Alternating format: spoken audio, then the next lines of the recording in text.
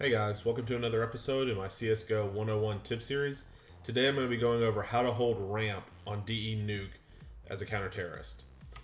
So to begin, I'm going to show you one smoke and a couple of flashes that I use when I play ramp.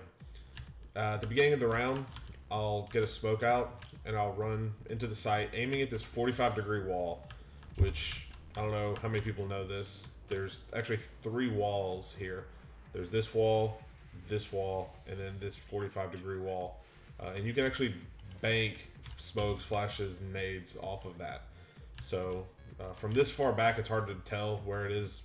You can sort of look at the ground and tell right there it's slightly angled. But it just takes time getting to know where that wall is.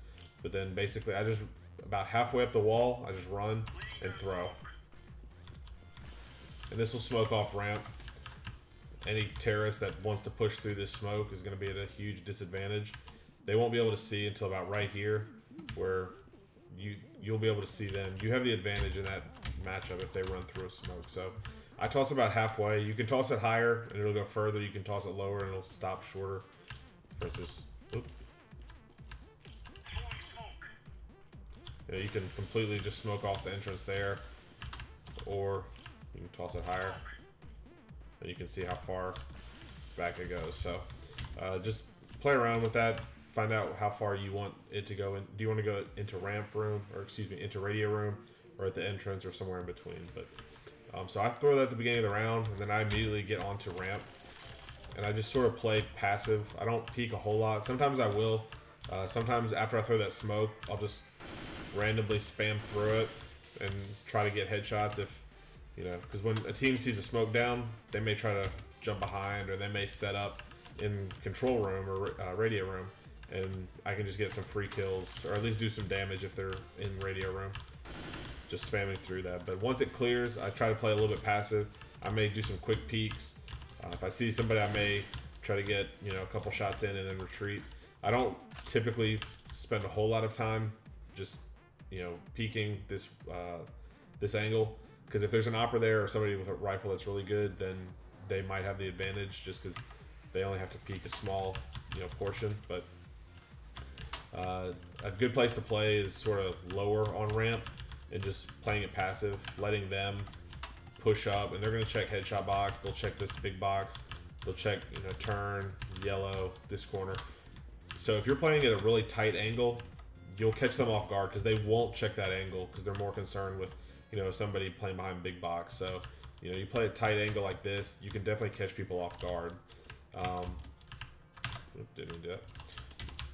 If teams push ramp, you know, a lot of times people will throw flashes. They'll either try to bank them, not like that. They'll try to, you know, bank them like that, or they'll try to throw them close.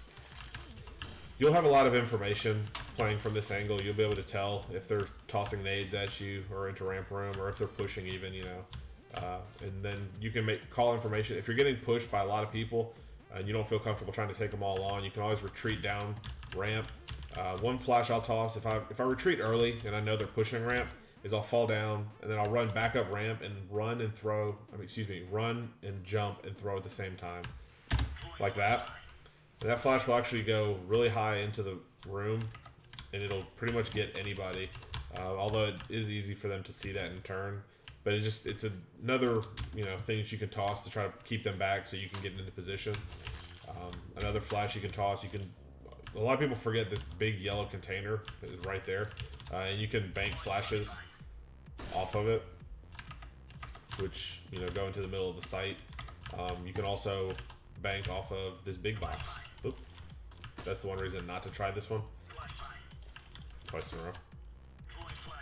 Is if you can get around that railing, which it's risky to try, but you can try to, you know. I'll get it here soon. Yeah, you can try to toss some low flashes, especially if they toss smokes down. Those you can try to bank those behind the smokes. But the one flash that I really use the most, and it's probably the best flash I've seen for ramp, and I'm not just saying that because I found it, but if you leave a gap here between this big box and the corner of ramp, so between this corner and this corner, if you leave a gap like that, you can notice that this arrow on this box directly lines up with this wall here. So that's a good visual cue. You know, you can get back here, just aim your crosshair over this arrow, and you've got a perfect pop flash for ramp if they try to push you. That is, it pops quick, so it's hard for them to turn around, but it also lets you toss it and peek to get their attention, and then as soon as they're, you know, aimed and trying to fight you, it goes off in their face. And as you can see, it doesn't flash you at all, but it will get anybody pushing, you know, through entrance to ramp, anybody in this part of radio room. It's a really good flash to use, especially even if they're not pushing really fast, but it'll hold them off so that you can have somebody rotate from heaven through hell to turn. But it's really simple to throw, and like I said, it does wonders to catch the other team off guard. It's a great pop flash that I use a lot. So I hope that helps. I do have an example video following this this video that shows me using the smoke and flash to get a few kills, just to let you know what it looks like and how effective it can be. So hopefully this helps. As always, if you like the video, please give it a thumbs up. Please leave suggestions and feedback in the comments below. Please subscribe. I'm always, you know, excited when, you know, people get to see the new content and I get feedback from them. So please subscribe to get that new content. And then, as always, I appreciate the views. Thank you guys so much.